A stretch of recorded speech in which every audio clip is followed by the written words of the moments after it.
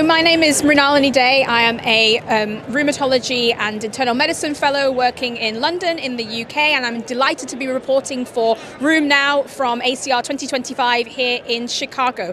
I am delighted to be joined today by Professor Marwan Bukhari, who is a consultant rheumatologist at University Hospitals in Morecambe Bay in the UK, and also a professor at Lancaster University. Thank you very much for joining me today, Dr. Bukhari. No problem at all. Thank you. Thank you for asking me to comment about rheumatoid arthritis. I always like talking about it. Yes, indeed. So, as you just said, we are going to be looking ahead to what you feel are the highlights from this year's Congress in terms of rheumatoid arthritis. So what are you most looking forward to at the Congress this year? I'm looking forward to looking at some of the data, really, looking at the influence of GLP-1s and the combination therapy with those on weight loss, and whether that's going to create a difference in the outcomes of patients with rheumatoid arthritis. That's one thing. Although some of the Trinitex data are not really as robust as we would like them to be, but they're showing that we might have an answer there. Some of the other things that are really quite exciting are about the preclinical phases of RA, yes, and how you can predict people who will progress. And there's quite a lot of biomarkers that are being validated at this meeting, and we've seen a few of them today. We'll see a few over the next few days. Although the really exciting thing for me is something really simple. How frequently do you monitor methotrexate? Yes. There's actually 3 papers about this, and it shows that we shouldn't be monitoring it as much as we do now. And if we take it up to 6 months, we'll actually reduce the number of interventions and office visits, which I think is a very good message to go. And the last bit in rheumatoid, which that we saw, is again steroids. We're using far too much of them, and we're underestimating how much steroids we're giving out to our patients. And we keep on doing this, and every single year we hear the same story, but does practice change? Not sure it does. So if we can pick up on maybe a couple of those points. So just looking at the GLP-1 data, so I too was looking at the Trinex data as well, and I think all of the abstracts here, unfortunately, fortunately or unfortunately, are coming from the same database. How do you think that area of research is going to evolve as we move forward? I think it's a good data set for things that are really rare. Yeah. So looking at small events and very rare events, Trinitex data would be fantastic. But I think just looking at associations, if you test enough times, you'll find an association. So an ingrowing toenail being linked with a flare in rheumatoid is not science, but you can actually prove that using Trinitex data.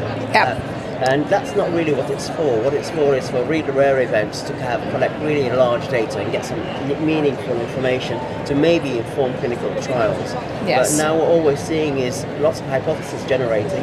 And let's put face it this way: you test 100 things, you'll find 5 of them significant. So report on it. We need some real-world data, really, but that's going to take time, obviously, to come through.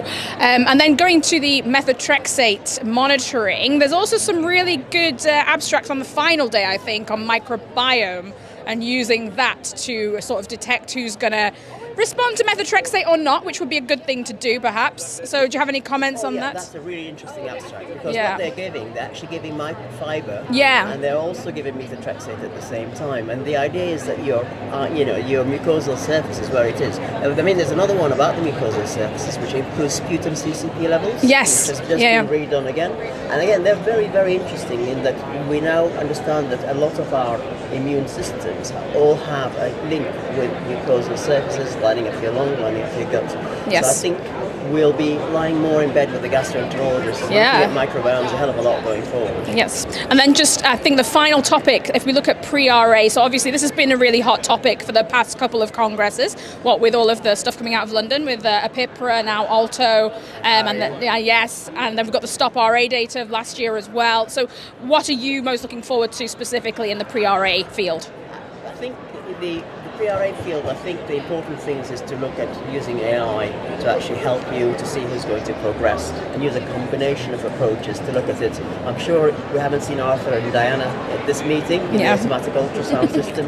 That might just give you something, we're not sure, but it's disappeared. It was a flash in the pan, it disappeared. You had biomarkers like 1433F and the vector chip, they wax and wane over time.